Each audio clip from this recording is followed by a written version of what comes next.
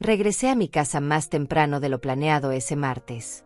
Mis manos todavía temblaban mientras cerraba la puerta principal con cuidado, tratando de no hacer ruido. Había olvidado unos documentos importantes que necesitaba para la cita en el banco, y decidí volver rápidamente a buscarlos antes de que fuera demasiado tarde. La casa estaba en silencio. O al menos eso pensé al principio. Carlos y Marta debían estar descansando todavía. Caminé despacio por el pasillo, mis zapatos apenas rozando el suelo de madera. Fue entonces cuando lo escuché. Una voz. La voz de mi hijo. Venía de la sala, y hablaba en un tono que jamás le había escuchado antes. Me detuve en seco. Algo en mi interior me advirtió que no debía seguir avanzando, pero mis pies no obedecieron. Me acerqué más, pegándome a la pared, conteniendo la respiración. Las palabras llegaban cada vez más claras a mis oídos. Llevo un año trabajando duro con esta vieja egoísta para descubrir el código de la caja fuerte, dijo Carlos. Su voz sonaba fría, calculadora, llena de desprecio. Pero ahora tengo los ahorros, las joyas y las tarjetas de ella. Hoy vamos a sacar todo y desaparecer. Mi corazón dejó de latir por un instante. O al menos eso sentí. El mundo entero se detuvo en ese preciso momento. Mis piernas comenzaron a temblar, pero logré mantenerme de pie, aferrada a la pared como si fuera lo único real que quedaba en mi vida. Entonces escuché la risa de Marta. Una risa que conocía bien, pero que ahora sonaba diferente. Maliciosa. Triunfante. Sabía que lo lograrías, amor, dijo ella con satisfacción. Un año fingiendo que la cuidábamos. Un año soportando sus historias aburridas y sus quejas constantes. Pero valió la pena. Con todo ese dinero podremos empezar de nuevo en otro estado. Ella nunca nos encontrará. Quise gritar. Quise entrar a esa sala y enfrentarlos. Quise preguntarles cómo era posible que me hicieran esto. Pero mi voz no salió. Mi cuerpo entero estaba congelado, como si me hubieran convertido en una estatua de sal. Solo podía escuchar. Solo podía sentir cómo cada palabra se clavaba en mi pecho como algo filoso y terrible. ¿Estás seguro de que el código funciona?, preguntó Marta con ansiedad. No podemos equivocarnos ahora. Si ella se da cuenta antes de tiempo, todo se arruinará. Tranquila, respondió Carlos con confianza. Lo probé anoche mientras ella dormía. El código es correcto. 7, 2, 3, 9. Son las fechas de nacimiento del abuelo y la abuela. Tan predecible como siempre. Esta tarde, cuando salga a su clase de tejido, vaciaremos la caja fuerte. Después iremos al banco y retiraremos todo el dinero de sus cuentas. Para mañana en la mañana, ya estaremos lejos de aquí. Sentí como las lágrimas comenzaban a rodar por mis mejillas, pero las sequé rápidamente con el dorso de mi mano. No podía permitirme el lujo de hacer ruido. No podía permitirme el lujo de ser descubierta. Necesitaba escuchar más. Necesitaba saber exactamente qué era lo que habían planeado. ¿Y qué pasará con ella?, preguntó Marta. Su voz sonaba curiosa, pero no preocupada. Como si estuviera hablando de un objeto, no de una persona. No de la madre de su esposo. ¿Crees que vaya a la policía? Carlos soltó una carcajada amarga que me heló la sangre. ¿La policía? Por favor. Marta. Ella es una anciana de 61 años. Nadie le va a creer.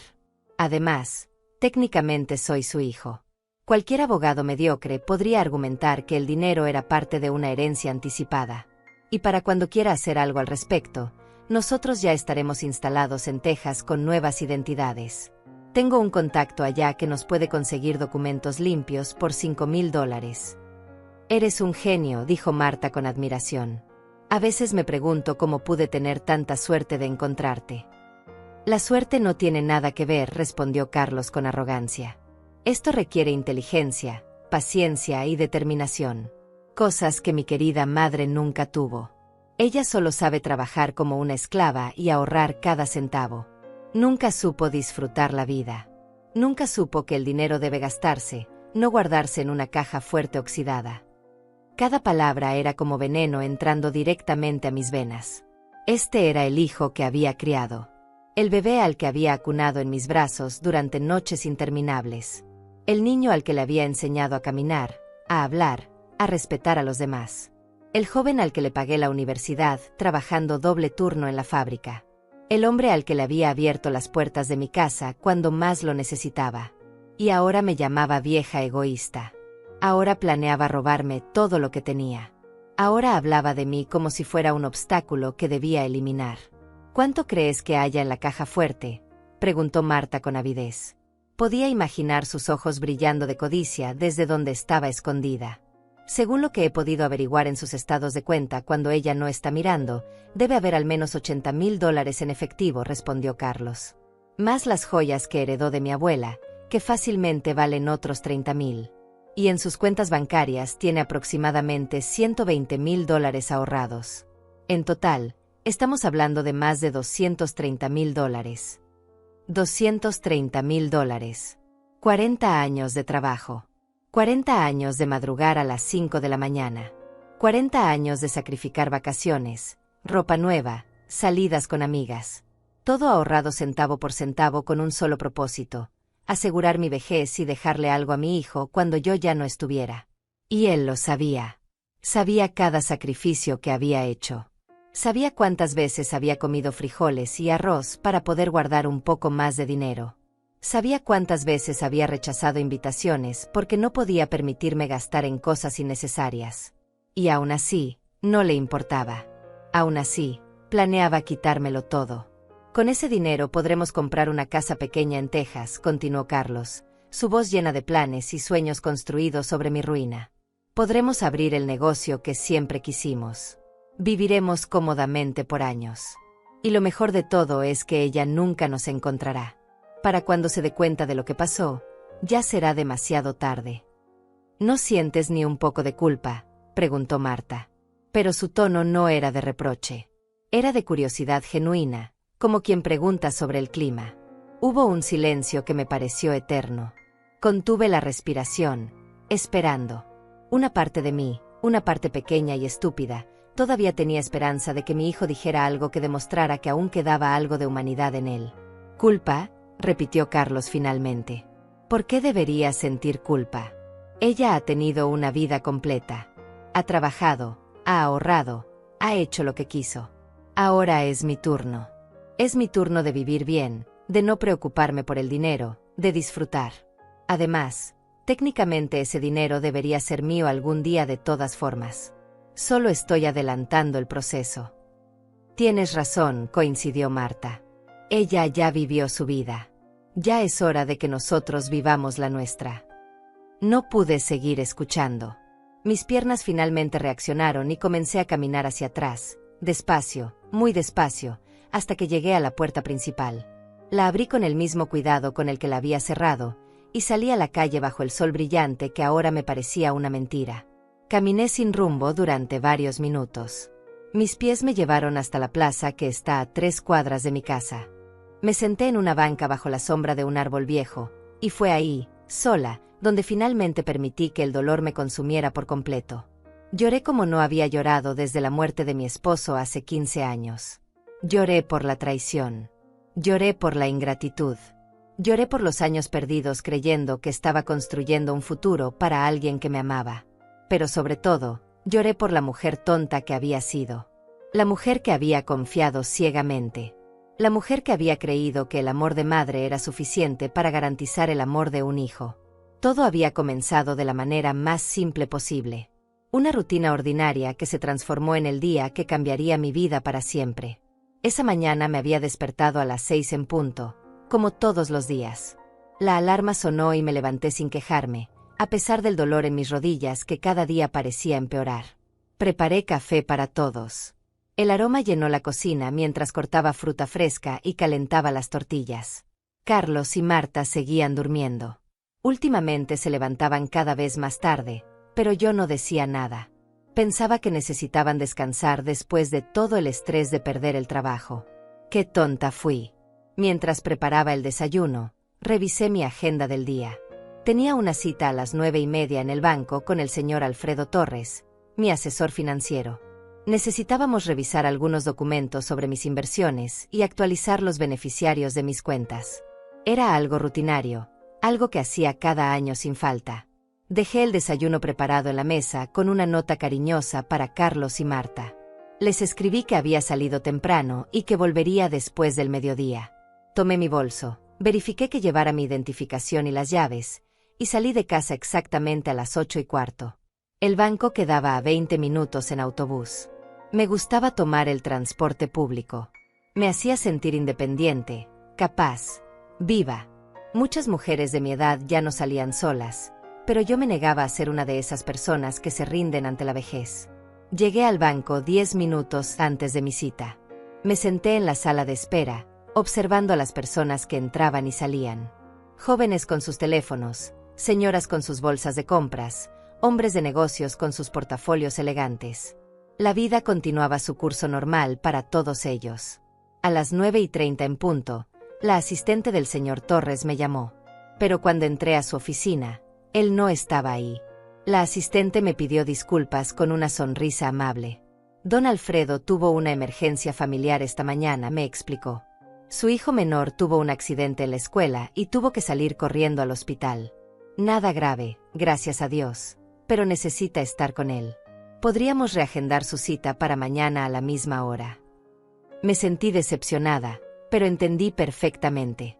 Si hubiera sido Carlos el que necesitaba ayuda, yo también habría dejado todo para ir con él. Qué irónica era la vida. Yo habría dejado todo por mi hijo, pero él planeaba dejarme en la ruina. Por supuesto, respondí a la asistente. Mañana estará bien. Espero que el niño se recupere pronto. Salí del banco con una sensación extraña. Tenía toda la mañana libre ahora. No tenía más planes hasta las 3 de la tarde, cuando comenzaba mi clase de tejido en el centro comunitario. Caminé por la calle principal, mirando los aparadores de las tiendas sin realmente prestar atención. Fue entonces cuando vi el vestido. Un vestido hermoso color verde en el escaparate de una boutique que casi nunca visitaba. Era elegante, del tipo de ropa que nunca me compraba porque siempre pensaba que era un gasto innecesario. Pero algo en ese vestido me llamó la atención. Entré a la tienda. La vendedora, una joven llamada Paola según su etiqueta, me saludó con amabilidad. Ese vestido le quedaría precioso, señora, me dijo con entusiasmo genuino. ¿Quiere probárselo? Estuve a punto de decir que no, como siempre hacía. Pero algo dentro de mí se rebeló contra mis propios hábitos. ¿Por qué no? ¿Por qué no podía comprarme un vestido bonito de vez en cuando? Había trabajado toda mi vida. Había ahorrado cada centavo. ¿No merecía darme un gusto ocasional? Sí, respondí. Me gustaría probármelo. El vestido me quedaba perfecto. Me veía bien, me sentía bien. El precio era de $120. No era barato, pero tampoco era excesivamente caro. Podía permitírmelo sin problema. Pero ahí estaba yo, frente al espejo, debatiendo internamente si debía gastar ese dinero. Siempre era así. Siempre pensaba 2, 3, 4 veces antes de gastarme un solo dólar en mí misma. Todo lo que ganaba iba directo a la cuenta de ahorros. Todo era para el futuro. Todo era para tener seguridad. Todo era para poder dejarle algo a Carlos. Finalmente decidí no comprarlo. Le di las gracias a Paola y salí de la tienda con las manos vacías, como siempre. Mientras caminaba de regreso a la parada del autobús, me sentí tonta. 61 años de vida y todavía no podía permitirme comprar un vestido sin sentir culpa. Miré mi reloj. Eran las 10:20. Todavía tenía casi 5 horas antes de mi clase de tejido. Podía ir al mercado a comprar algunas cosas para la cena. Podía visitar a mi amiga Claudia que vivía cerca. Podía hacer 1000 cosas. Pero entonces recordé algo importante. Los documentos. Había olvidado llevar los documentos que el señor Torres me había pedido que trajera a la cita. Eran papeles viejos sobre la casa, escrituras y comprobantes de pago. Estaban en mi habitación, dentro del cajón de mi mesita de noche.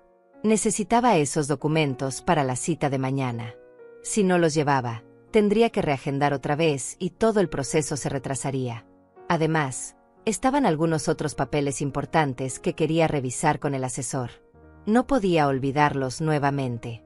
Decidí regresar a casa.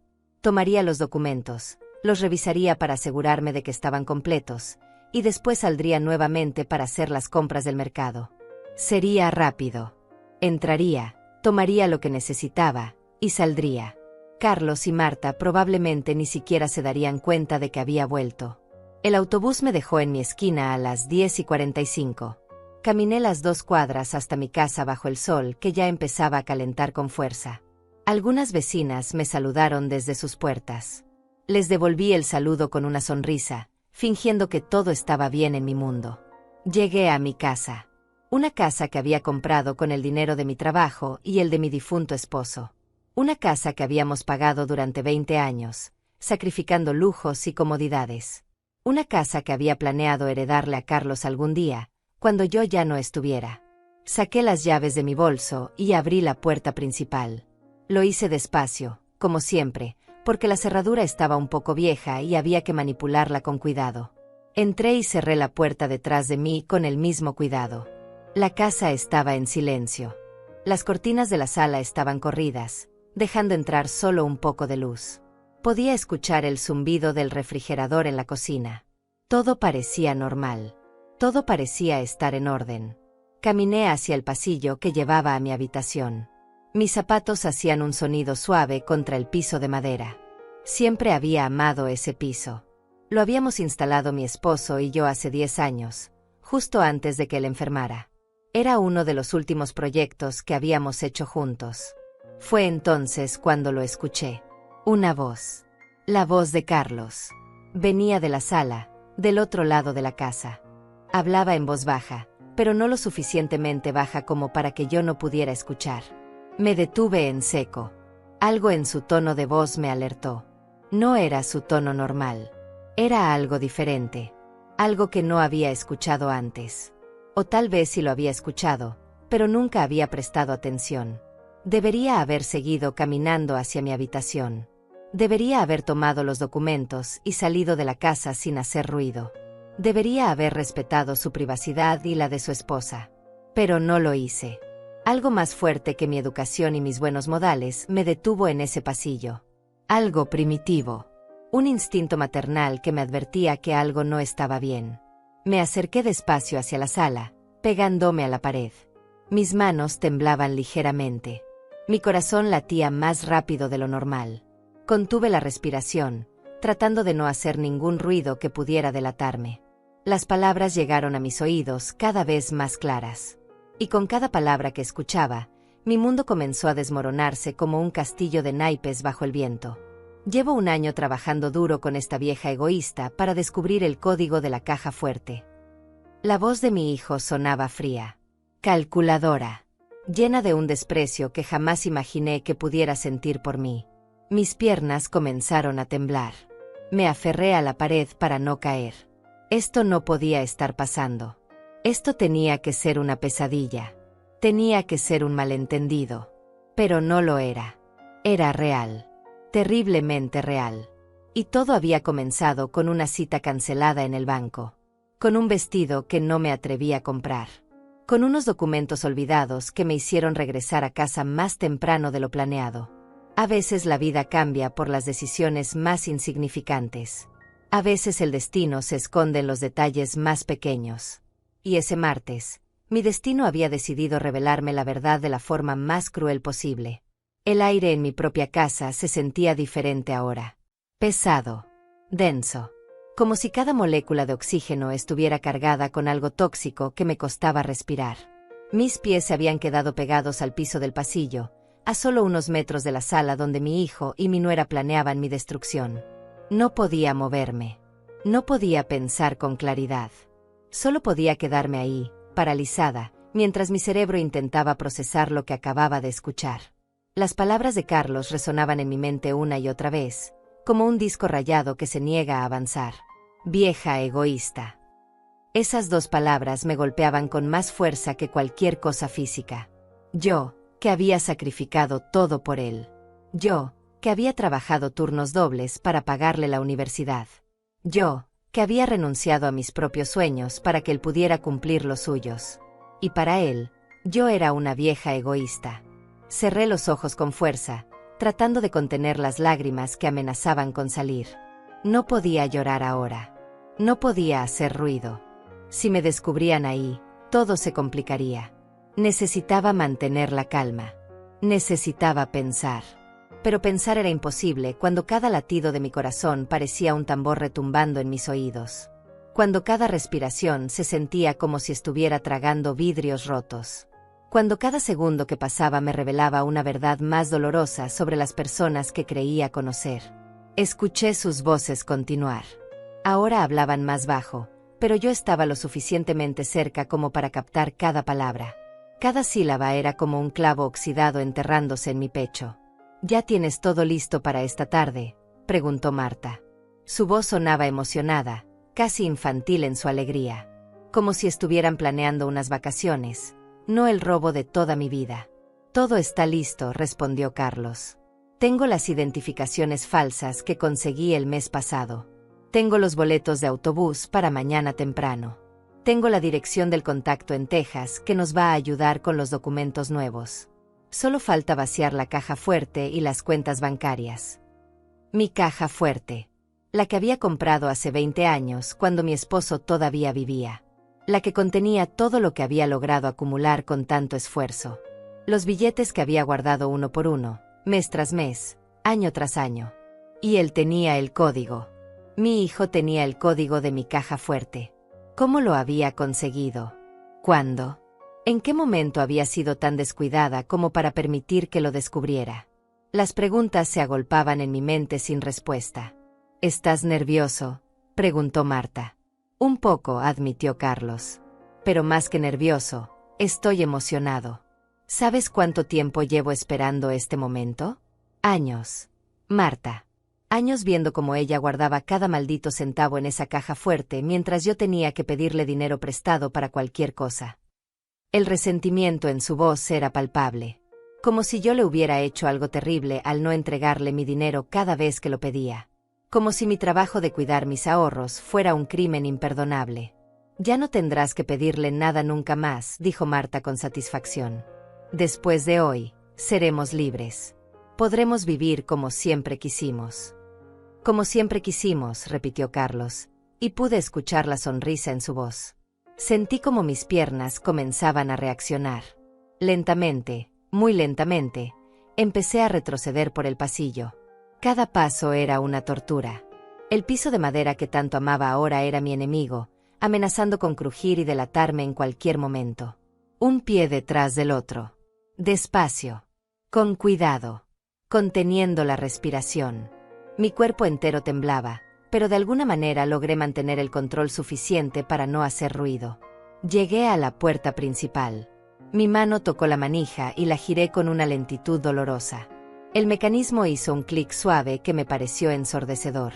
Me quedé congelada, esperando escuchar pasos acercándose, voces preguntando quién estaba ahí. Pero no pasó nada.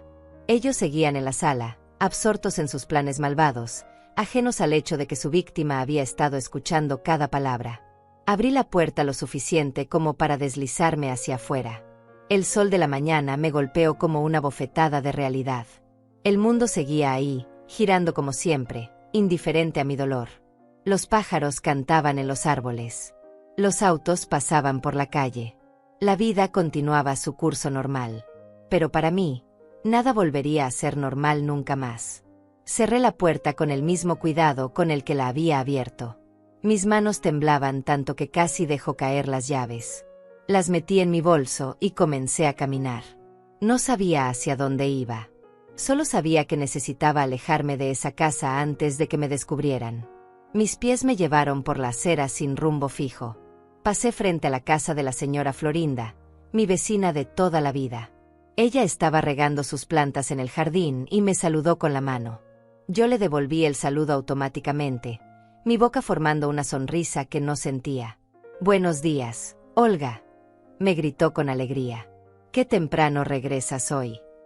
«La cita se canceló», respondí, sorprendida de que mi voz sonara tan normal. «Tengo que volver mañana». «Qué fastidio», dijo ella con simpatía. «Bueno, al menos tienes el día libre. Disfrútalo». «Disfrútalo». Qué palabra tan irónica. Seguí caminando, dejando atrás su voz alegre y su jardín lleno de flores. Cada paso que daba me alejaba físicamente de mi casa, pero no podía alejarme del dolor que llevaba dentro. Llegué a la plaza. El mismo lugar donde me había sentado después de escuchar la conversación completa. Pero ahora era diferente. Ahora no sabía todo. Ahora solo había escuchado una parte, pero era suficiente para entender la magnitud de lo que estaba por venir. Me senté en la misma banca bajo el mismo árbol. Mis manos se aferraron al borde del asiento de madera, como si fuera lo único que me mantenía atada a la realidad. Miré al suelo, a las hojas secas que el viento arrastraba en círculos. Mi mente empezó a repasar los últimos 6 meses. Los 6 meses que Carlos y Marta habían vivido en mi casa. Ahora todo cobraba sentido. Ahora podía ver las señales que había ignorado. Las veces que encontraba a Carlos cerca de mi habitación cuando yo llegaba a casa. Siempre tenía una excusa perfecta. Estaba buscando el teléfono. Escuché un ruido extraño. Quería preguntarte algo, pero ya te habías ido. Las veces que notaba que mis cosas estaban ligeramente movidas de lugar. Mi joyero 1 centímetro más a la izquierda. Mi carpeta de documentos no exactamente donde la había dejado. Yo lo atribuía a mi memoria, a mi edad. Estás olvidando dónde pones las cosas, me decía a mí misma. Las veces que Carlos me preguntaba sobre la caja fuerte con una curiosidad que parecía inocente. ¿Cuándo compraste esa caja fuerte, mamá?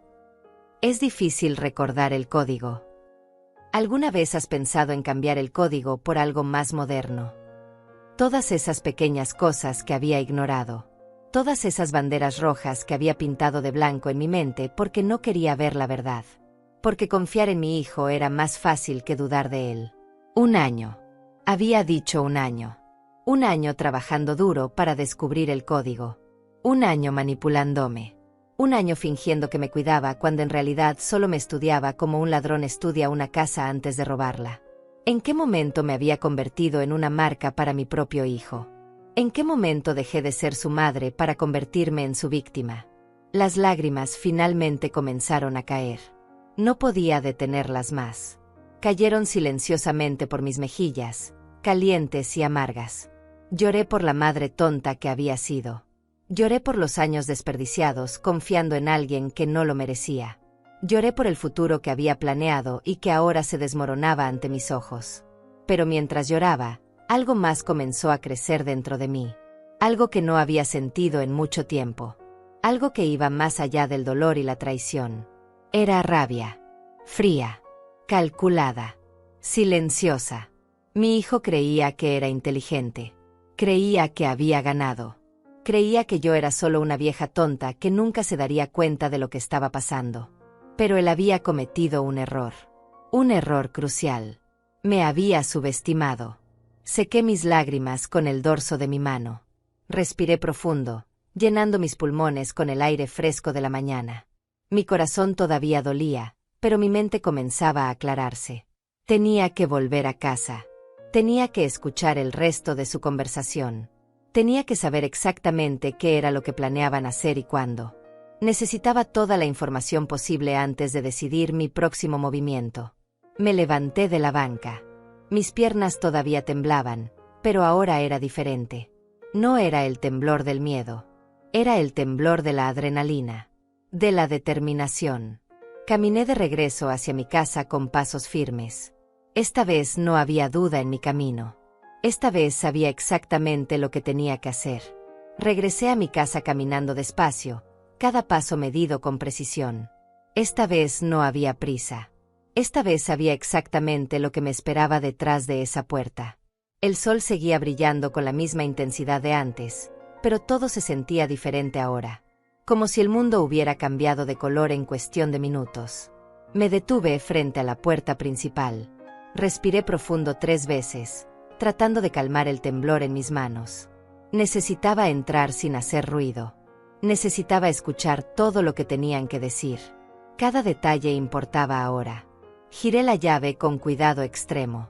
El mecanismo cedió sin hacer apenas ruido.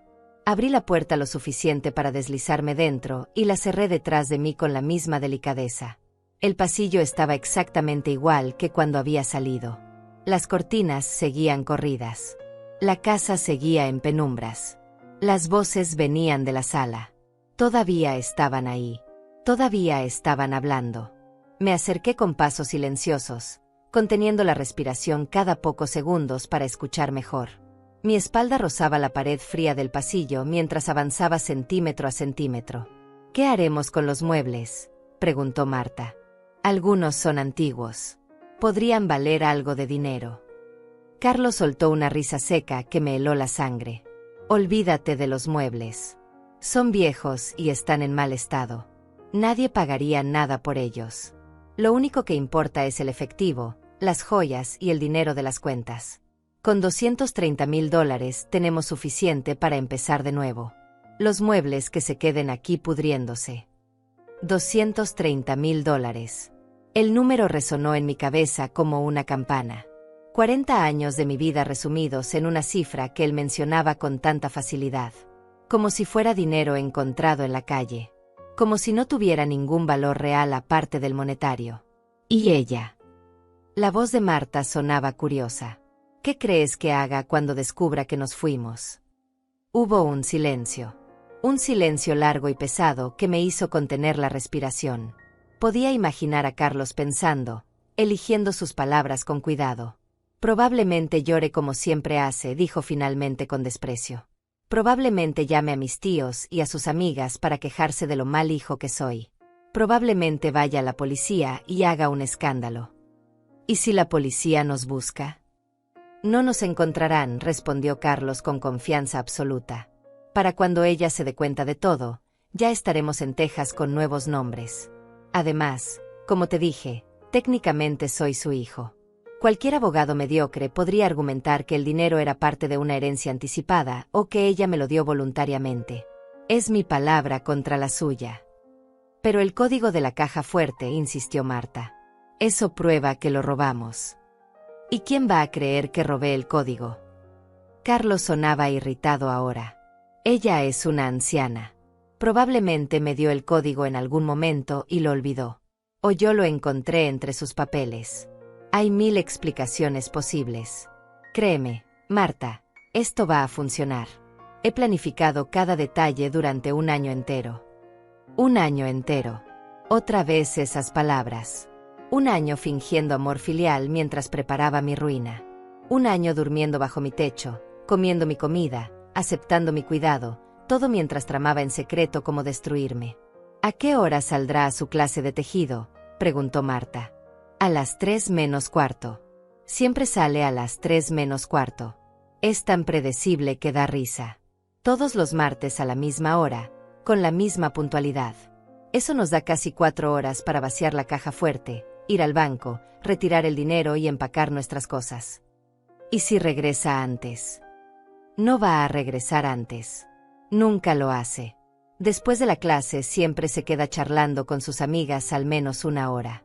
Llega a casa como a las 6 de la tarde. Para entonces ya estaremos lejos». Hablaba de mi rutina como si fuera un horario de autobús. Como si me hubiera estado observando, estudiando, memorizando cada movimiento. Y probablemente así era. Probablemente había pasado meses analizando mis hábitos, buscando el momento perfecto para ejecutar su plan. «¿Trajiste las bolsas grandes que te pedí?», preguntó Carlos. «Están en el cuarto. 3 bolsas de lona negra. Suficiente para todo». «Perfecto. Cuando ella salga, tenemos que movernos rápido. Primero vaciamos la caja fuerte. Después vamos al banco y retiramos todo el efectivo que podamos de sus cuentas. Les diremos que ella nos autorizó. Tengo copias de su identificación que hice el mes pasado cuando ella dejó su bolso en la mesa. Copias de mi identificación. Había robado mi identidad antes de robar mi dinero. El nivel de planificación era aterrador. No era un impulso. No era una decisión tomada a la ligera. Era un plan elaborado, meticuloso, frío. ¿Y si los del banco sospechan algo? No sospecharán nada. Soy su hijo. Llevo meses yendo con ella al banco para sus trámites. Los empleados me conocen. Nos conocen. Solo tengo que actuar preocupado, decir que ella no se siente bien y me pidió que retirara el dinero por ella. Es simple. Simple. Destruir la vida de tu propia madre era simple para él. Robarle todo lo que había trabajado durante décadas era simple. Abandonarla sin nada era simple. Estoy nerviosa, admitió Marta. ¿Y si algo sale mal? Nada va a salir mal, la tranquilizó Carlos. He pensado en todo. Cada detalle. Cada posible problema. Confía en mí, amor. Mañana a esta hora estaremos en el autobús hacia Texas, con todo el dinero, listos para empezar nuestra nueva vida. Nuestra nueva vida, repitió Marta, y pude escuchar la sonrisa en su voz. Suena tan bien. Sin deudas. Sin preocupaciones. Sin tener que fingir más que cuidamos a tu madre. Sin tener que escuchar sus historias aburridas sobre los viejos tiempos, añadió Carlos. Sin tener que fingir que nos importa cuando habla de mi padre. Sin tener que aguantar sus consejos que nadie le pidió. Cada palabra era un golpe directo al corazón. Pero algo extraño estaba pasando dentro de mí. El dolor seguía ahí, profundo e intenso, pero comenzaba a transformarse en algo diferente. Algo más frío. Más controlado. ¿Crees que alguna vez nos perdone?, preguntó Marta. Carlos se rió. Una risa genuina, sin malicia aparente, pero llena de indiferencia absoluta. No me importa si me perdona o no. Para cuando quiera hacer algo, ya será demasiado tarde. Y honestamente, Marta, después de todo lo que ha hecho, se lo merece. ¿Qué ha hecho?, preguntó Marta con curiosidad. Ha sido egoísta toda su vida. Guardando dinero en lugar de disfrutarlo. Negándome ayuda cuando realmente la necesitaba. Siempre con su discurso de que tengo que ser responsable, de que tengo que trabajar duro, de que el dinero no crece en los árboles. Bueno, ahora voy a tomar lo que es mío por derecho. No podía creer lo que estaba escuchando. Cada palabra que salía de su boca era una distorsión completa de la realidad. Yo nunca le había negado ayuda. Le había pagado la universidad completa. Le había prestado dinero innumerables veces que nunca devolvió.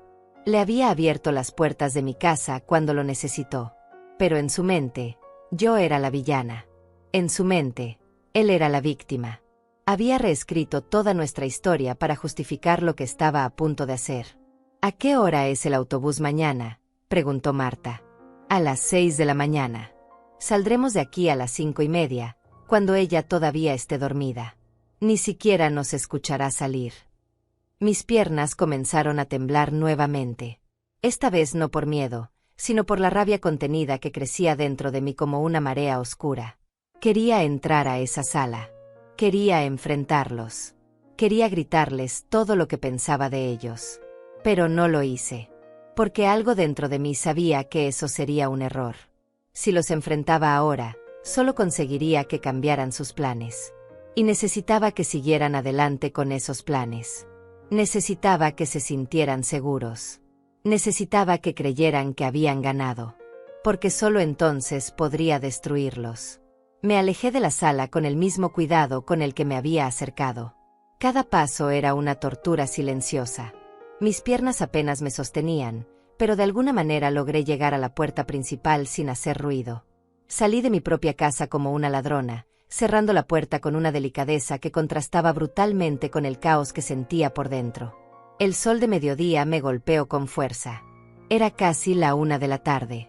Tenía 2 horas antes de mi supuesta clase de tejido. 2 horas antes de que Carlos y Marta ejecutaran su plan. 2 horas para decidir qué iba a hacer con mi vida destrozada. Caminé sin rumbo por las calles de mi vecindario. Las mismas calles que había recorrido durante 30 años. Las mismas casas que había visto envejecer junto conmigo. Todo era familiar, pero al mismo tiempo todo se sentía extraño. Como si estuviera viendo mi mundo a través de un cristal roto. Pasé frente a la panadería donde compraba el pan cada mañana. El señor Antonio, el dueño, me saludó desde la ventana. Le devolví el saludo mecánicamente, mi rostro formando una sonrisa que no sentía. Él no sabía que la mujer que le compraba pan todos los días acababa de descubrir que su hijo planeaba robarle todo. Nadie lo sabía. Nadie podía saberlo con solo mirarme. Por fuera, yo seguía siendo la misma Olga Rodríguez de siempre. Una mujer de 61 años, viuda, trabajadora, respetable. Por dentro, era un campo de batalla donde el dolor y la rabia se disputaban el control de mi alma. Llegué a un pequeño parque que quedaba a unas cuadras de mi casa. No era el mismo donde había estado antes. Este era más tranquilo, menos frecuentado. Me senté en una banca bajo la sombra de un árbol grande que debía tener 100 años o más. El silencio del parque era casi absoluto. Solo se escuchaba el canto lejano de algunos pájaros y el susurro del viento entre las hojas. Era un silencio que me permitía pensar. Un silencio que me obligaba a enfrentar la verdad sin distracciones. Mi hijo me odiaba. Esa era la verdad más dolorosa de todas. No solo me iba a robar. Me odiaba. Lo había escuchado en su voz. En cada palabra que había dicho sobre mí. En cada queja. En cada justificación. Para él, yo no era una madre que había sacrificado su vida entera por su bienestar. Era una vieja egoísta que guardaba dinero por pura mezquindad. Era un obstáculo entre él y la vida que creía merecer. ¿En qué momento se había torcido todo? ¿En qué momento el niño que solía abrazarme y decirme que era la mejor mamá del mundo se había convertido en este hombre que planeaba destruirme? Traté de recordar. Traté de encontrar el momento exacto donde todo cambió. Pero no había un momento. Había sido gradual. Tan gradual que no me había dado cuenta hasta que fue demasiado tarde. Recordé cuando cumplió 15 años y comenzó a pedirme dinero constantemente. Para salir con sus amigos. Para comprar ropa de marca. Para ir al cine. Al principio le daba lo que pedía, pero cuando las peticiones se volvieron excesivas, comencé a decirle que no. Que necesitaba aprender el valor del dinero. Que necesitaba trabajar si quería tener sus propias cosas. Él se enojó. Me llamó tacaña. Me dijo que todas las madres de sus amigos les daban dinero sin problema. Pero yo mantuve mi postura. Pensé que estaba enseñándole responsabilidad. Pensé que estaba siendo una buena madre. ¿Fue ahí cuando comenzó a odiarme? ¿O fue después, cuando le dije que no podía pagarle el auto que quería cuando cumplió 18? Le expliqué que el dinero que tenía ahorrado era para su educación, no para lujos. Le dije que si quería un auto, podía trabajar y comprárselo él mismo, como yo había hecho a su edad. Recuerdo la furia en sus ojos. Recuerdo cómo gritó que yo era una mala madre, que no me importaba su felicidad, que solo me importaba mi dinero. Lloré esa noche. Lloré pensando que había fallado como madre. Pero mi esposo me consoló. Me dijo que estaba haciendo lo correcto, que Carlos necesitaba aprender que las cosas se ganan con esfuerzo, no se regalan. Cuando mi esposo murió, Carlos ya estaba en la universidad. Vino al funeral, pero se quedó solo 2 días. Dijo que tenía exámenes importantes. Dijo que papá hubiera entendido. Me dejó sola en esa casa vacía, rodeada de recuerdos y silencio. Después de graduarse, consiguió trabajo en la constructora. Ganaba bien, pero siempre tenía problemas de dinero.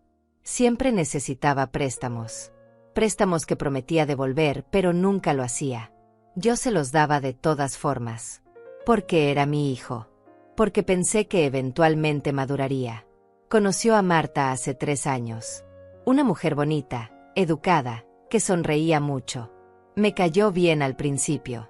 Parecía buena persona. Parecía buena para Carlos. Me imaginé nietos. Me imaginé una familia feliz. Pero Marta era como él.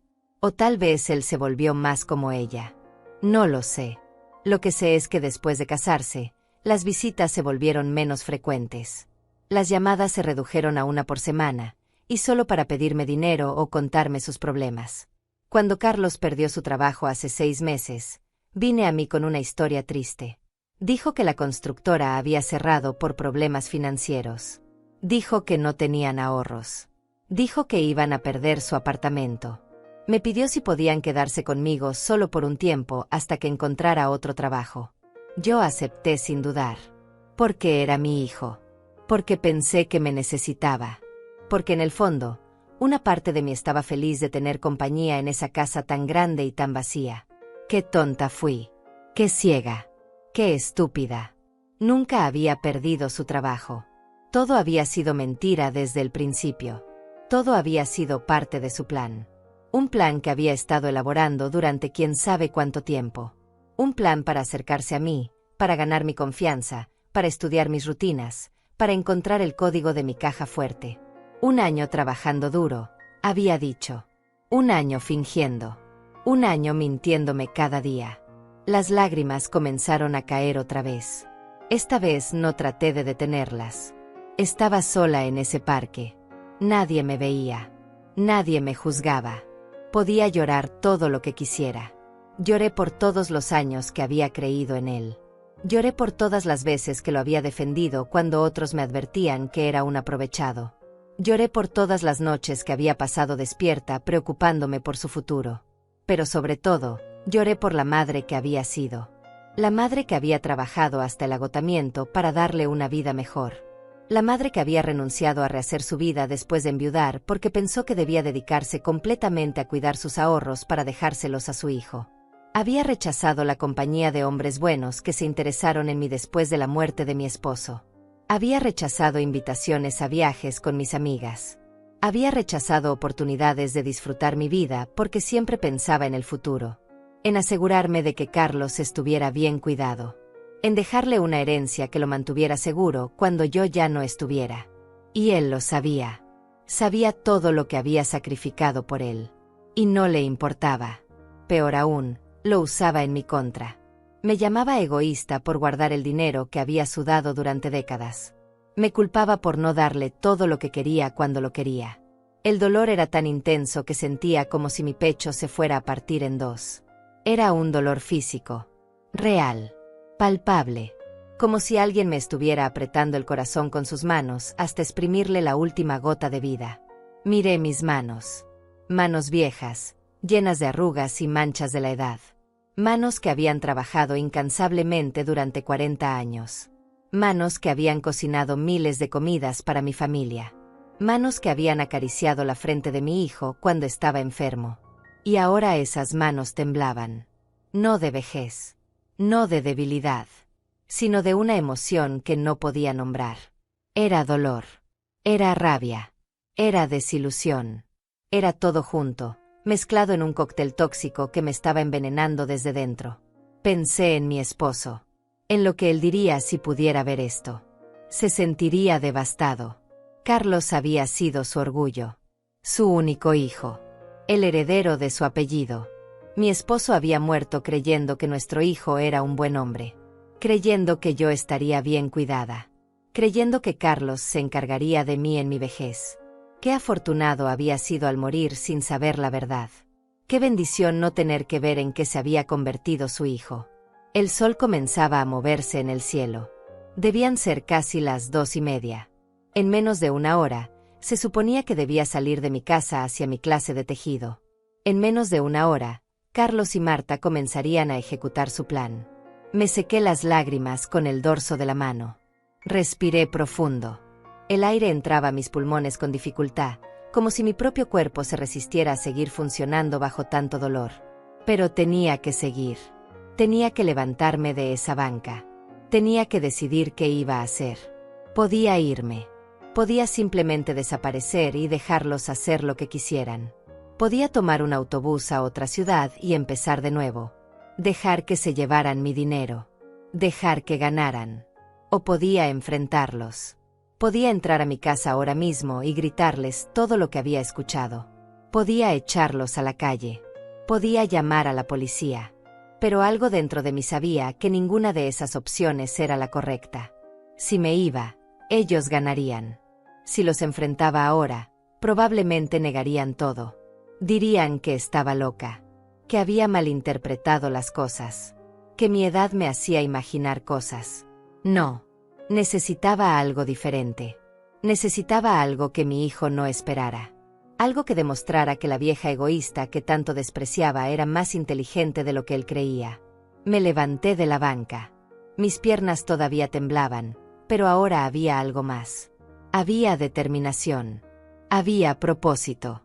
Había una chispa de algo que no había sentido en mucho tiempo. Era poder. El poder que viene de saber la verdad mientras otros creen que tienes ignorancia. El poder de estar un paso adelante cuando todos creen que vas un paso atrás. Carlos había cometido un error. Un error fatal. Me había subestimado. Había creído que era solo una vieja tonta que nunca se daría cuenta de nada hasta que fuera demasiado tarde. Pero no era demasiado tarde. Todavía tenía tiempo. Todavía tenía opciones. Y sobre todo, todavía tenía algo que él nunca tendría. Tenía la verdad de mi lado. Me quedé sentada en esa banca durante horas, mirando el movimiento de la plaza sin realmente ver nada. Mi mente trabajaba a una velocidad que no había experimentado en años. Cada pensamiento se conectaba con otro, formando una red de posibilidades y estrategias. No iba a gritar. No iba a llorar más. No iba a confrontarlos como una madre herida buscando explicaciones que nunca llegarían. Eso era exactamente lo que Carlos esperaba de mí. Esperaba que fuera la vieja débil y emocional que él creía que era. Pero yo no era esa mujer. No completamente. Había sobrevivido a la muerte de mi esposo. Había trabajado en 2 empleos simultáneamente durante años. Había criado a un hijo sola mientras pagaba una casa y ahorraba cada centavo.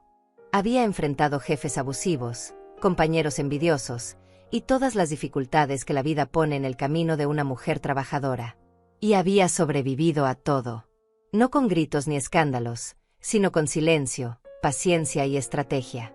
Esta vez no sería diferente. Saqué mi teléfono del bolso.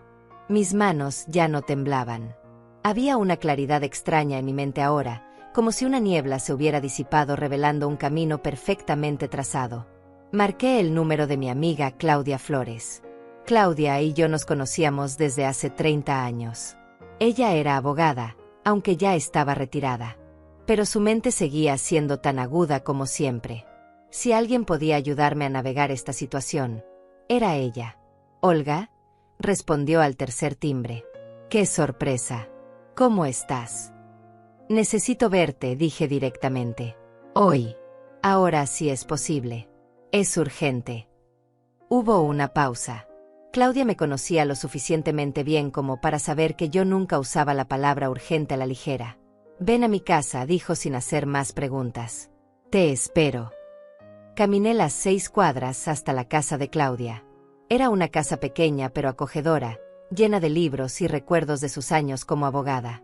Ella me abrió la puerta antes de que pudiera tocar el timbre, como si hubiera estado esperándome junto a la ventana. «Entra», dijo, estudiando mi rostro con preocupación. «Te ves terrible. ¿Qué pasó?» Nos sentamos en su sala. Ella me sirvió un té caliente que no pedí pero que agradecí. Y entonces, por primera vez desde que había escuchado esa conversación horrible, hablé. Le conté todo. Cada palabra que había escuchado. Cada detalle del plan de Carlos. Claudia me escuchó en silencio. Su rostro no mostraba sorpresa ni indignación exagerada. Solo una concentración profunda, como cuando analizaba un caso difícil en sus años de abogada. Cuando terminé de hablar, ella se quedó pensativa durante varios segundos.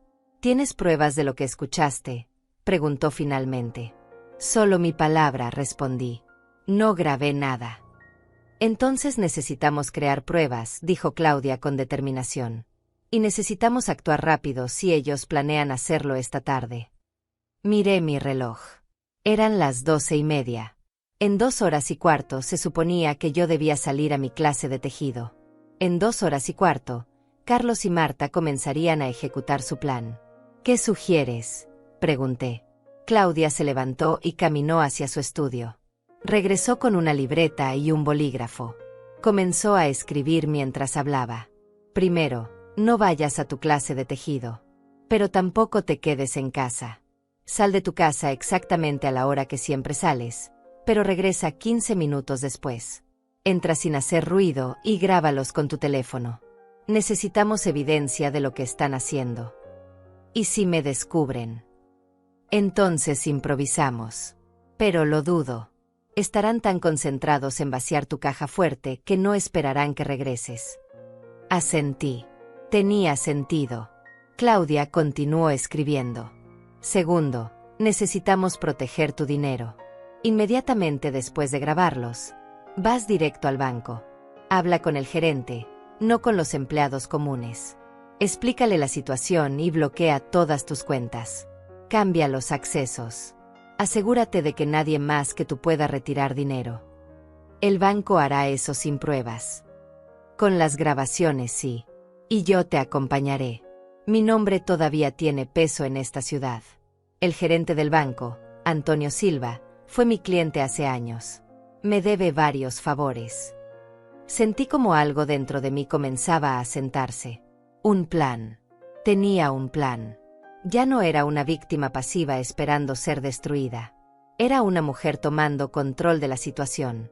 Tercero, continuó Claudia, después del banco, vamos a la policía. Presentamos una denuncia formal con las grabaciones como evidencia. Intento de robo, fraude, lo que sea que aplique. Los abogados que conozco allí pueden orientarnos. ¿Y el dinero de la caja fuerte?, pregunté. No puedo protegerlo como las cuentas del banco. Claudia sonrió. Era una sonrisa pequeña, pero había algo casi feroz en ella. Esta tarde, antes de que salgas de tu casa, mueve todo el contenido de tu caja fuerte. Trae el efectivo y las joyas aquí. Yo tengo una caja de seguridad en mi casa. Nadie sabrá que está aquí. Cuando ellos abran tu caja fuerte, la encontrarán vacía. La idea me produjo una satisfacción oscura que no sabía que era capaz de sentir. Imaginar la cara de Carlos cuando abriera la caja fuerte y no encontrara nada me llenó de una alegría amarga. ¿Cuánto tiempo tienes antes de que se den cuenta de que algo anda mal?, preguntó Claudia. Si hago todo bien, hasta mañana en la mañana. Ellos planean irse en el autobús de las 6. Para entonces yo ya habría denunciado todo. Perfecto. Eso nos da tiempo suficiente. Claudia siguió escribiendo en su libreta, haciendo una lista detallada de cada paso que debíamos seguir. Horarios, nombres, números de teléfono. Todo estaba siendo planeado con la precisión de una operación militar. Una cosa más, dijo Claudia, mirándome directamente a los ojos. Esto va a doler. Va a doler mucho. Porque cuando todo termine, tu hijo enfrentará consecuencias legales serias. Podrían arrestarlo. Podrían procesarlo. Tu relación con él, si es que queda algo, estará completamente destruida. Ya está destruida, respondí con una voz que sonó más fría de lo que esperaba. Fue él quien la destruyó el momento en que decidió robarme. Yo solo estoy protegiendo lo que es mío. Claudia asintió con aprobación. Bien. Porque necesitas estar completamente segura de esto. Una vez que empecemos, no hay vuelta atrás. Las cosas se pondrán feas. Habrá drama. Habrá acusaciones. Probablemente él trate de voltear la situación y hacerte quedar como la mala. ¿Estás preparada para eso? Pensé en su pregunta. Pensé en los 40 años de trabajo que representaba ese dinero. Pensé en las noches sin dormir, en los dolores de espalda por cargar cajas pesadas, en las comidas baratas para poder ahorrar unos dólares más. Pensé en cada sacrificio que había hecho creyendo que estaba construyendo un futuro para mi hijo. Y pensé en cómo él había planeado quitármelo todo sin el menor remordimiento. Estoy preparada, dije con firmeza. Más que preparada. Claudia sonrió nuevamente. Se levantó y me dio un abrazo fuerte.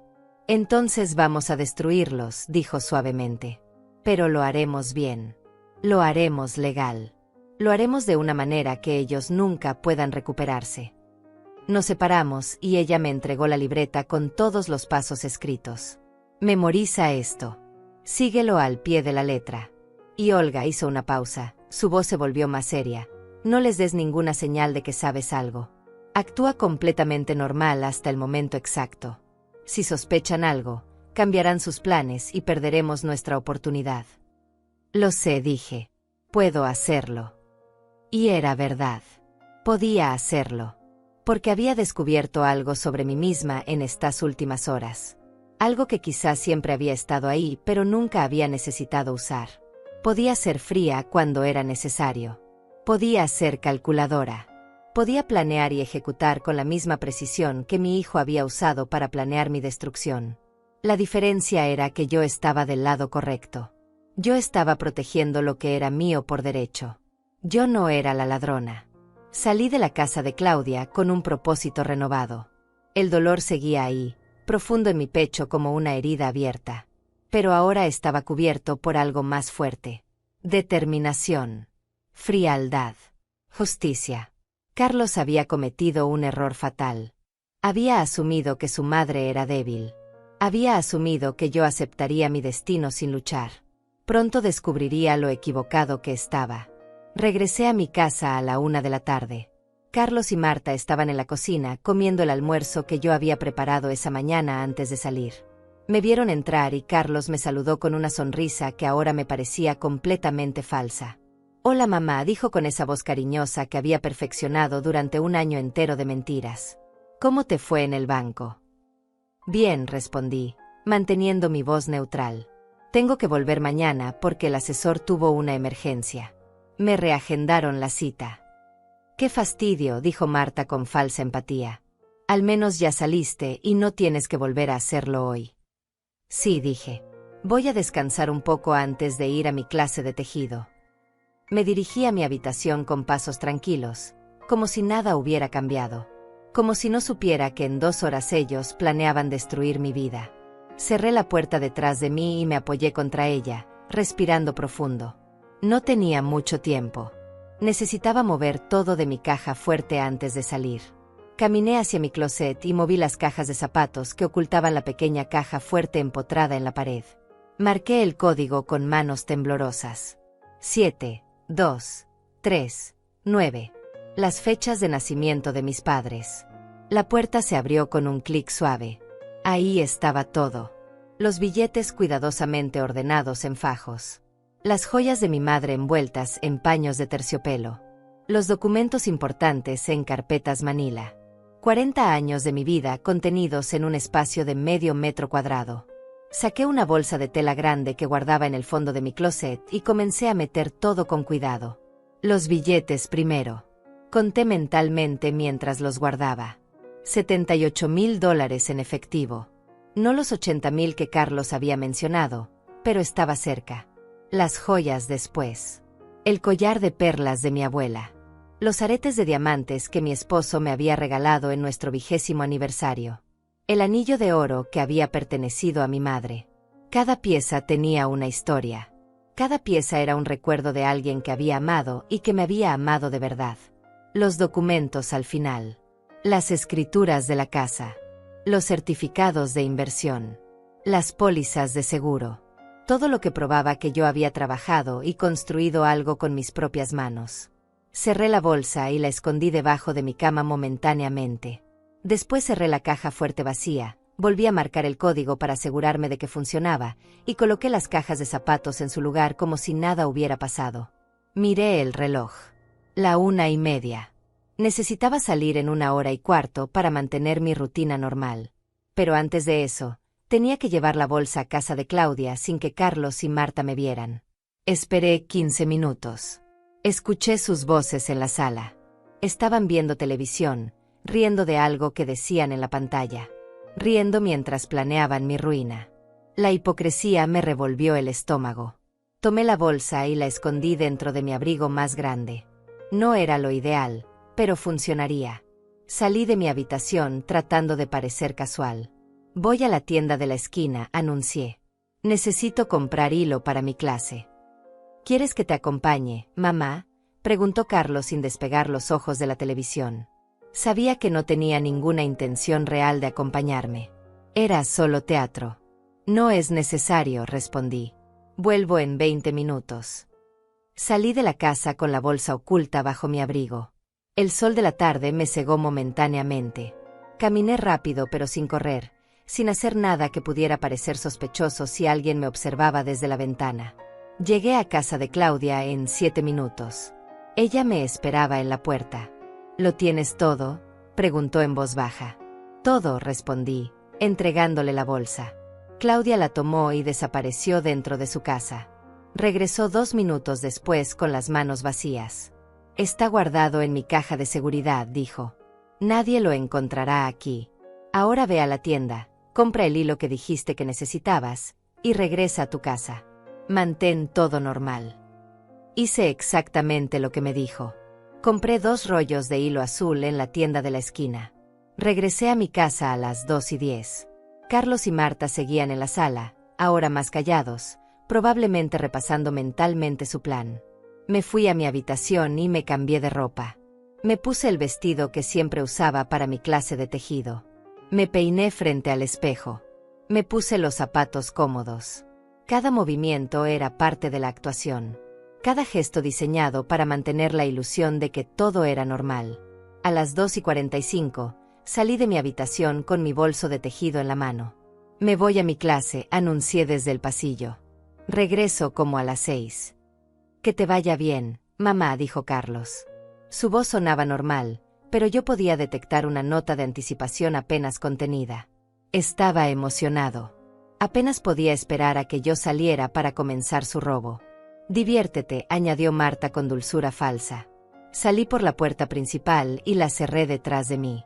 Caminé por la acera en dirección al centro comunitario donde se daban las clases. Pero cuando llegué a la esquina, me detuve.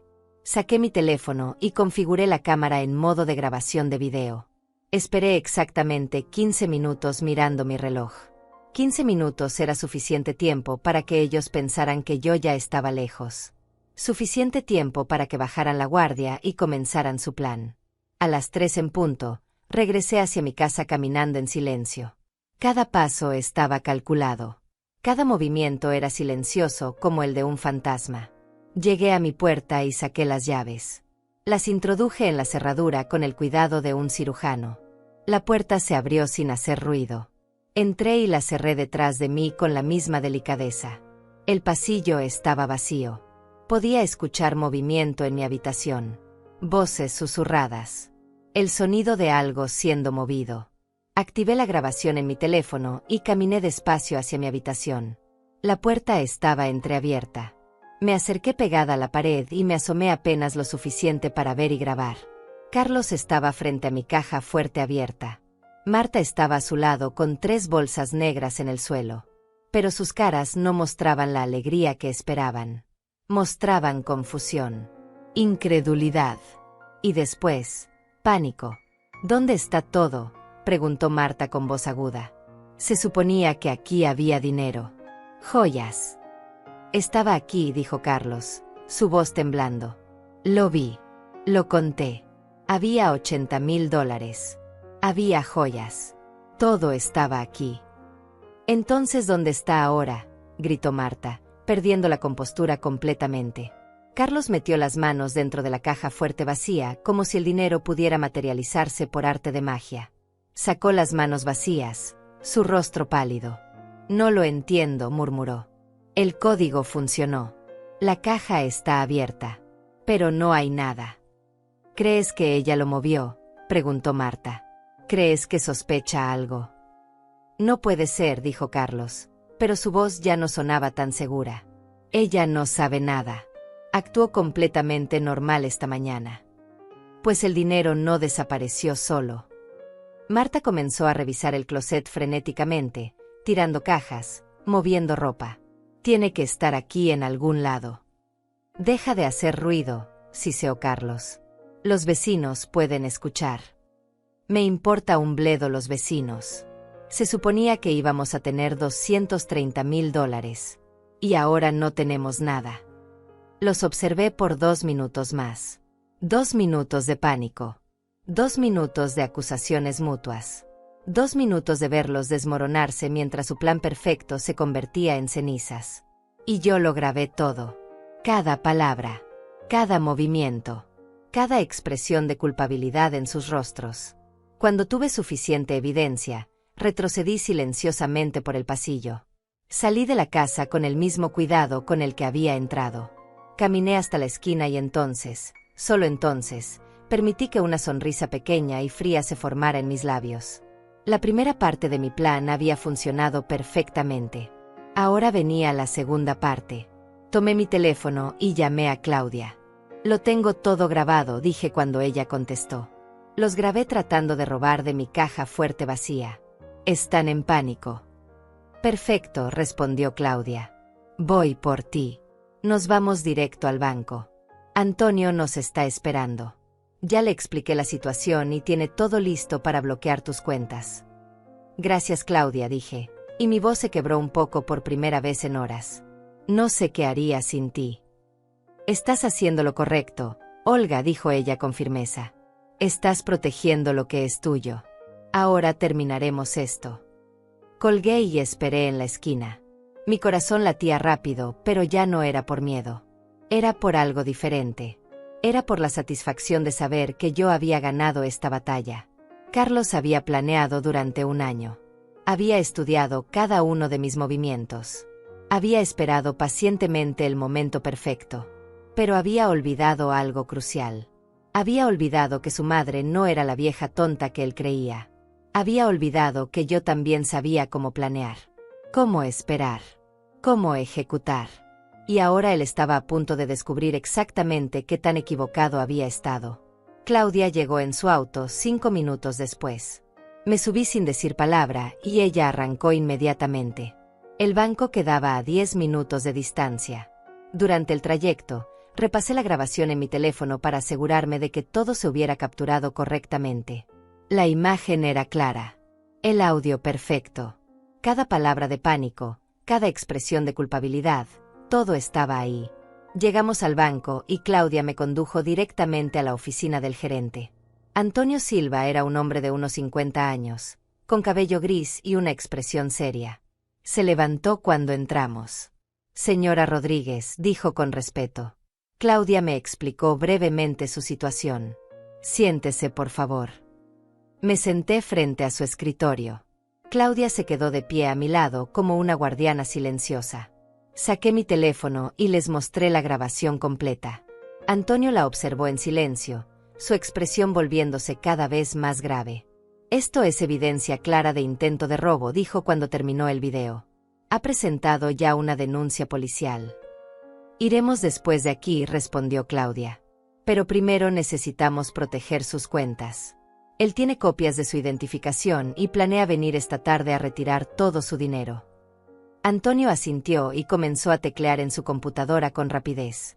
Voy a bloquear todas sus cuentas inmediatamente. Cambiaré todos los accesos. Nadie podrá retirar dinero excepto usted en persona con su identificación original y una contraseña nueva que crearemos ahora mismo. ¿Cuánto tengo en total en mis cuentas?, pregunté. Antonio revisó su pantalla. $123.400 distribuidos en 3 cuentas diferentes, respondió.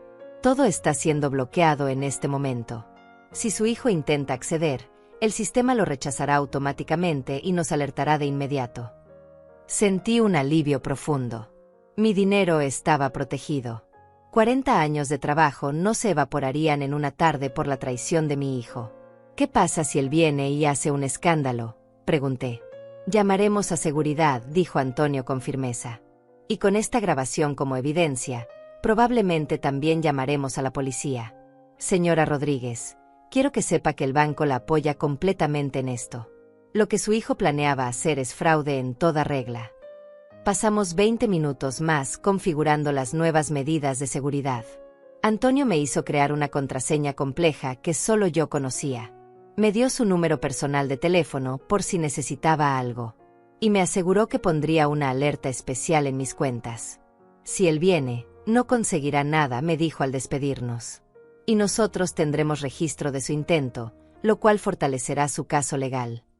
Salimos del banco con esa parte resuelta. Claudia me llevó directamente a la estación de policía. Era un edificio viejo, pero bien mantenido en el centro de la ciudad. Entramos y Claudia pidió hablar con el detective encargado de fraudes. Nos hicieron esperar 15 minutos en una sala pequeña. Finalmente entró un hombre de unos 40 años que se presentó como el detective Sebastián Chávez. Tenía una expresión amable pero profesional. Entiendo que quiere presentar una denuncia, dijo sentándose frente a nosotras. Le conté toda la historia desde el principio. Cómo había regresado a casa por accidente. Cómo había escuchado la conversación.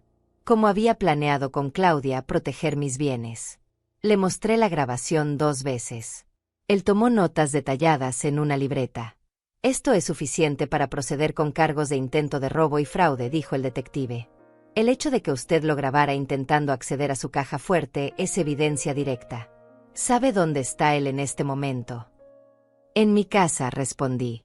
Probablemente todavía tratando de entender dónde está el dinero. Planea volver a su casa hoy. Miré a Claudia. Ella negó con la cabeza. Te quedas conmigo esta noche, dijo con firmeza. No es seguro que vuelvas ahí todavía. El detective asintió.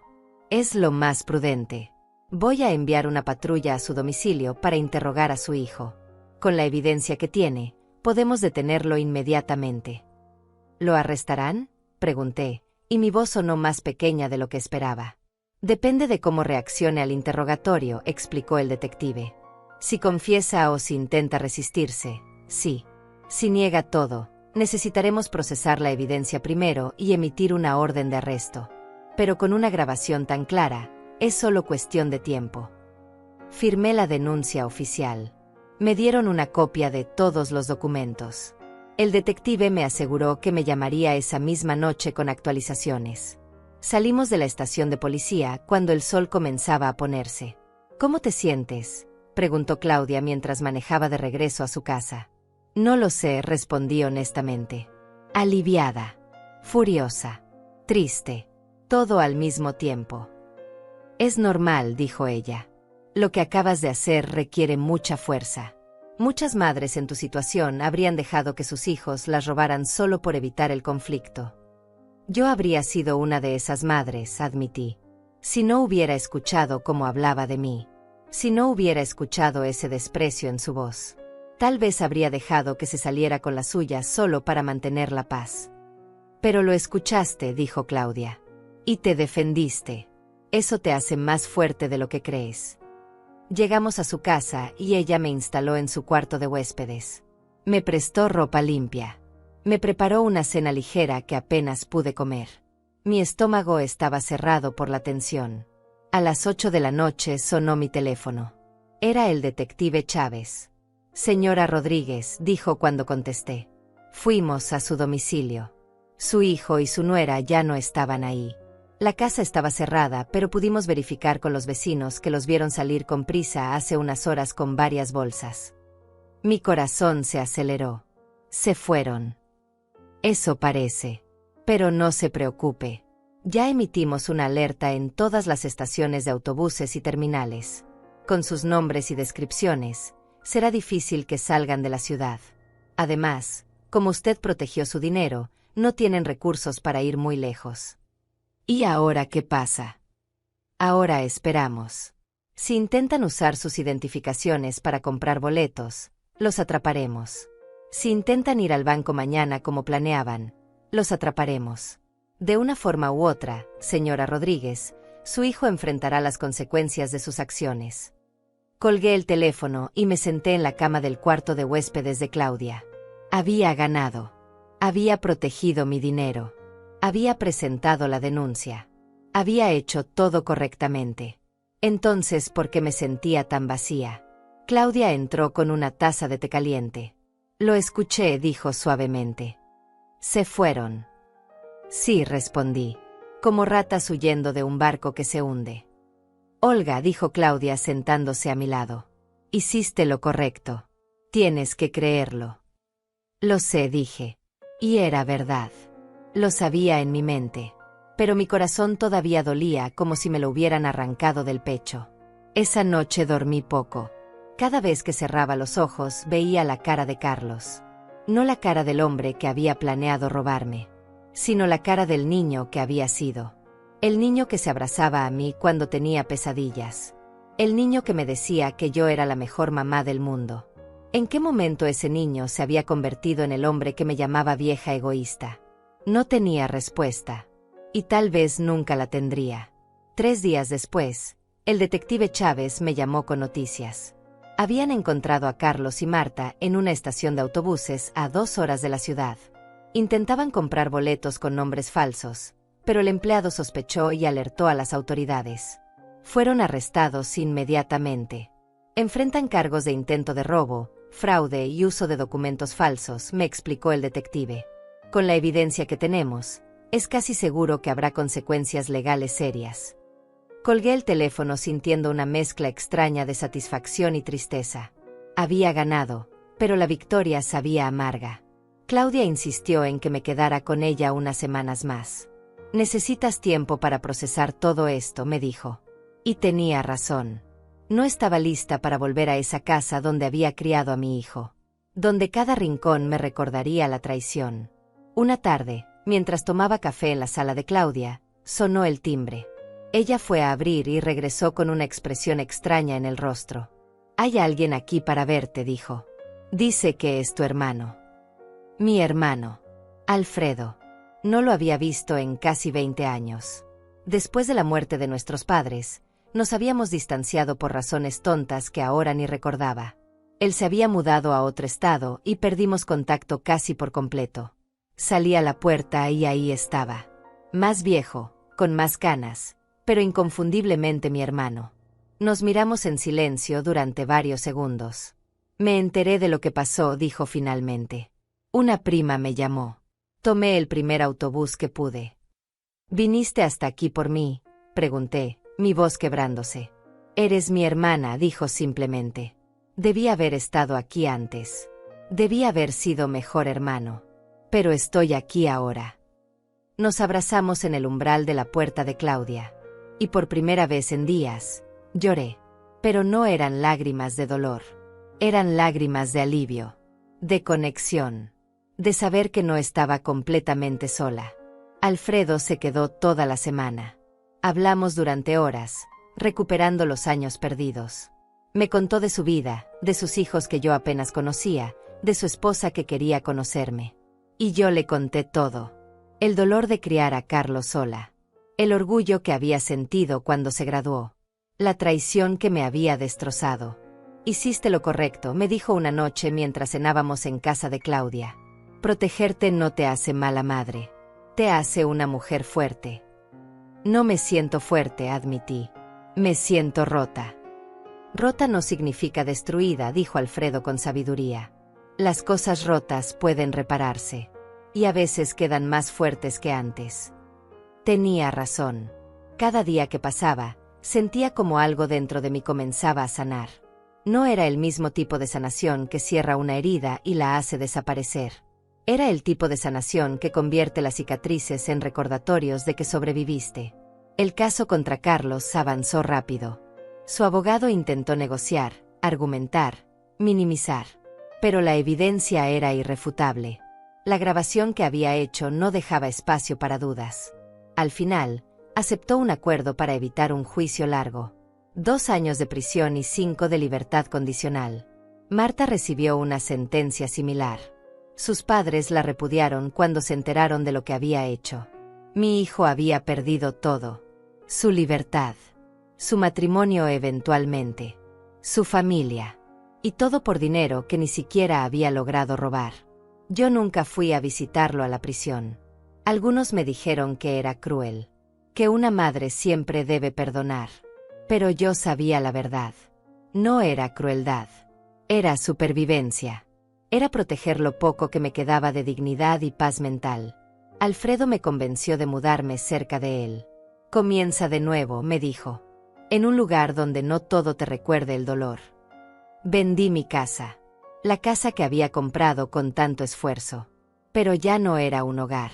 Era solo un edificio lleno de fantasmas. Con el dinero de la venta y mis ahorros protegidos, me compré una casa pequeña cerca de Alfredo. Conocí a mis sobrinos. Me integré a su familia. Y lentamente, muy lentamente, comencé a reconstruir mi vida. Pasaron los meses. Después los años. El dolor nunca desapareció completamente, pero aprendí a vivir con él. Aprendí que amar a alguien no significa permitir que te destruyan. Aprendí que protegerte no te hace egoísta. Aprendí que a veces el amor más verdadero que puedes dar es hacia ti misma. Una tarde, 5 años después de todo aquello, estaba en mi jardín plantando rosas cuando sonó mi teléfono. Era un número desconocido. Dudé antes de contestar. «Mamá». La voz de Carlos sonaba diferente. Más vieja. Más cansada. «Sé que no tengo derecho a llamarte. Sé que probablemente no quieras hablar conmigo. Pero salí de prisión hace un mes y necesitaba decirte algo». Me quedé en silencio, esperando. «Lo siento», dijo, y su voz se quebró. «Siento todo lo que te hice. No espero que me perdones. Solo necesitaba que lo supieras». Colgó antes de que pudiera responder. Me quedé ahí parada, con el teléfono en la mano, mirando las rosas que acababa de plantar. ¿Lo perdonaba? No lo sabía. Tal vez algún día. Tal vez nunca. pero ya no importaba tanto como antes. Porque había aprendido algo más importante que el perdón. Había aprendido a vivir para mí misma. Había aprendido que mi valor no dependía de ser madre. Había aprendido que merecía respeto, dignidad y paz. Y esas lecciones, dolorosas como fueron, valían más que cualquier cantidad de dinero que Carlos hubiera podido robarme. Guardé el teléfono en mi bolsillo y regresé a mis rosas.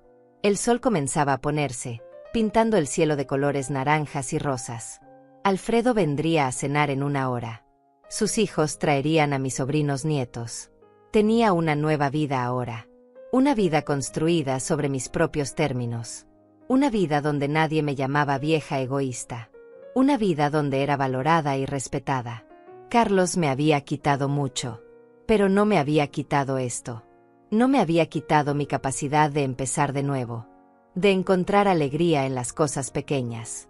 De construir relaciones verdaderas basadas en respeto mutuo.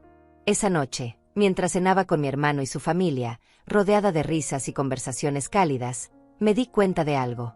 Sí, había sobrevivido a la traición más dolorosa que una madre puede experimentar. Pero había hecho más que sobrevivir. Había florecido. Y eso, pensé mientras brindaba con mi hermano, eso era la mejor venganza de todas. No la venganza de hacerle daño a quien te lastimó, sino la venganza de construir una vida tan hermosa que su traición se vuelve irrelevante. Carlos había intentado destruirme, pero en el proceso, me había obligado a descubrir una fuerza que nunca supe que tenía. Y por eso, en un sentido extraño y retorcido, casi podía agradecerle. Casi.